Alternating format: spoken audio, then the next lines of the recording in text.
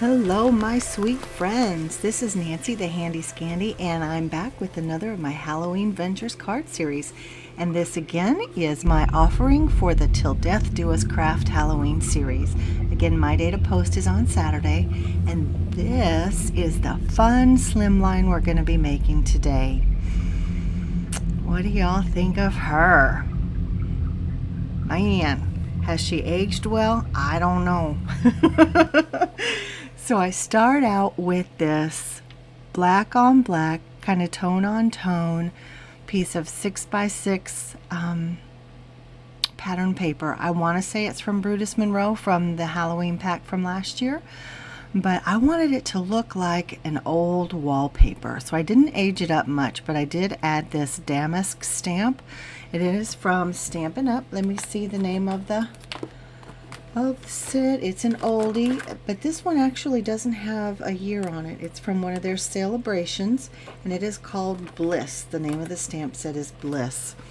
But I love a damask design, and so I may not really use the other stamps in this set, but I'm holding on to it for that damask. And I have a couple.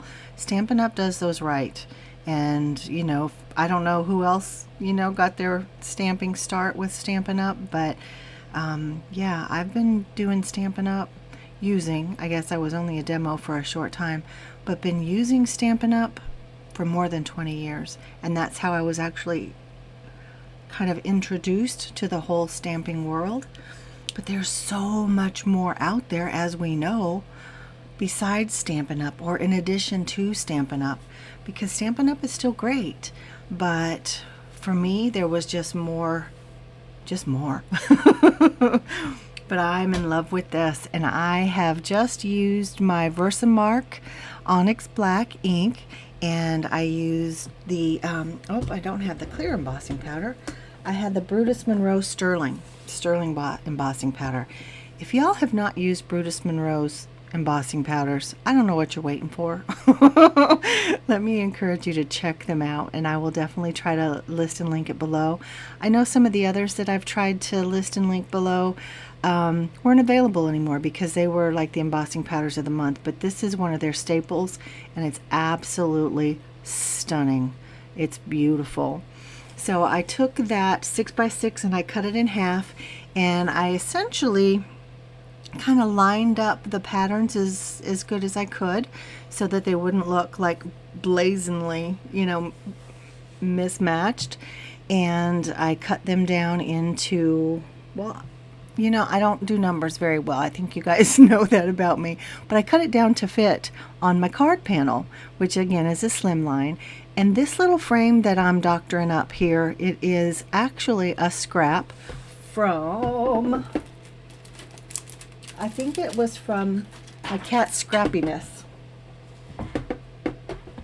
Yeah, from the cat scrappiness die that I have.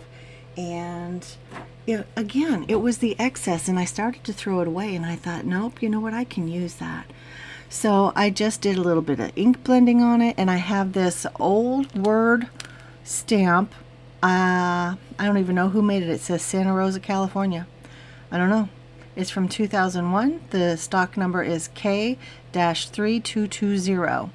So anyway, it's just words. It's just script. It says, you know, it's sweet stuff. Your best friends bring out the best in you, the gift of oneself, love, things like that. You wouldn't think it would go on a Halloween card. However, because you just see little bits and pieces of the handwriting, that's all you see, and you're not really reading the script behind it. So I layer this all up, I glue it down. I used some of the Doris foam strips behind that frame to pop it up, and you can see that white around it between the frame and the heat embossed panel. And I wanted that, actually. I wanted that kind of separation because it highlights both pieces, right? The frame and the actual background pattern paper. And so here I've taken the Happy Halloween. I've used this many times this year. Whoop! It is from the Colorado Craft Company, the Witch's Hat. So I have yet to use the actual witch's hat yet this year, though. I have so many projects in the works, y'all. I don't know, in all honesty, if I'll get to that, but I will try. but I've used the Happy Halloween from it many times. So there's that again. And of course I just kind of fussy cut that out. And this Bride of Frankenstein, oh my gosh. She is from Stampers Anonymous, the Tim Holtz collection. And the name of the stamp set is Monster Reunion. And I know that I've shown it in a haul. These are hilarious. Oh my gosh. You don't have to use the sentiment on there. That one says, I put a spell on you, right underneath her. But I liked it. I thought it was fun. And so at this point in the process, I've cut out a bunch of the footage, but I've had a lot of people ask me more about my coloring, and they've appreciated that. Even though I am no colorist, I'm a novice. Maybe that's what's appealing, is because we're all kind of novices figuring it out together. I've also been asked about the colors that blend well with my Arteza Everblends. So I don't have a chart. I don't do swatching. All that is way too organized for me. So what I do though is I kind of scribble them to the side while I'm coloring, just to see if they're like the right shades that I want. So I want to tell you on this one, the focus really is her dress. I wanted that red to pop on that black and silver. So this time I believe these are the ones that I've used. And again, these are the Arteza Everblends. The lightest color is just red, and the number is A412, and I will try to have these listed down below. Then the mid-tone is rose red, and it's A410, and the darkest one is wine red, A415. So I know with Copics, they tend to... Now I don't know what I know with Copics.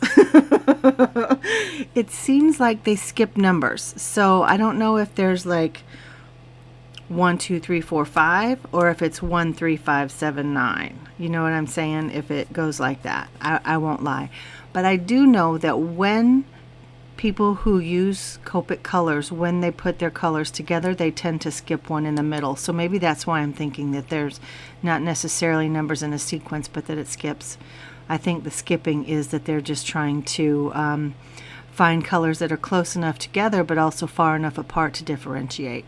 So anyway, those are the colors I've used. Again, I'll try to remember to put the numbers and the names down below in the description box, where I will have everything else listed and linked as long as it's still available, or if I can find something that's similar, I'll do that as well.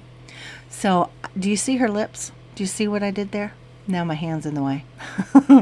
But I smudged it. I did that on purpose. That was not an accident. That was not poor coloring. But I thought, you know what? If she's as old as she looks, and she really only has one eye, then is she going to be able to see very well to put her makeup on? I'm thinking not. So I smudged it, and I thought that just added humor to the story. And y'all know I'm about story. So I think she's hilarious. Look at her waist. Do you see how tiny her waist is? And her hips poking up? I have too much fun. So I'm just adding a little bit of gray to just add some shadows essentially to the bones and to her hair. And I actually go in, I think it's with like a green gray. I'm looking. I think it's the Camo Green, which is A5505. Or it's the Sage Green, and they're both in the gray family, but they're, you know, they have a green hue to them. And the Sage Green is A551.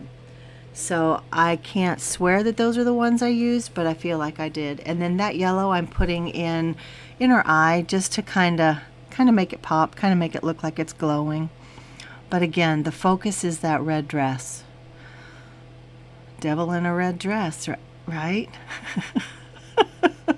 And you can see where she still has some flesh on her, and other places it's just all bone. And you look at her knee, you see all the muscles and the sinew there. Oh my gosh.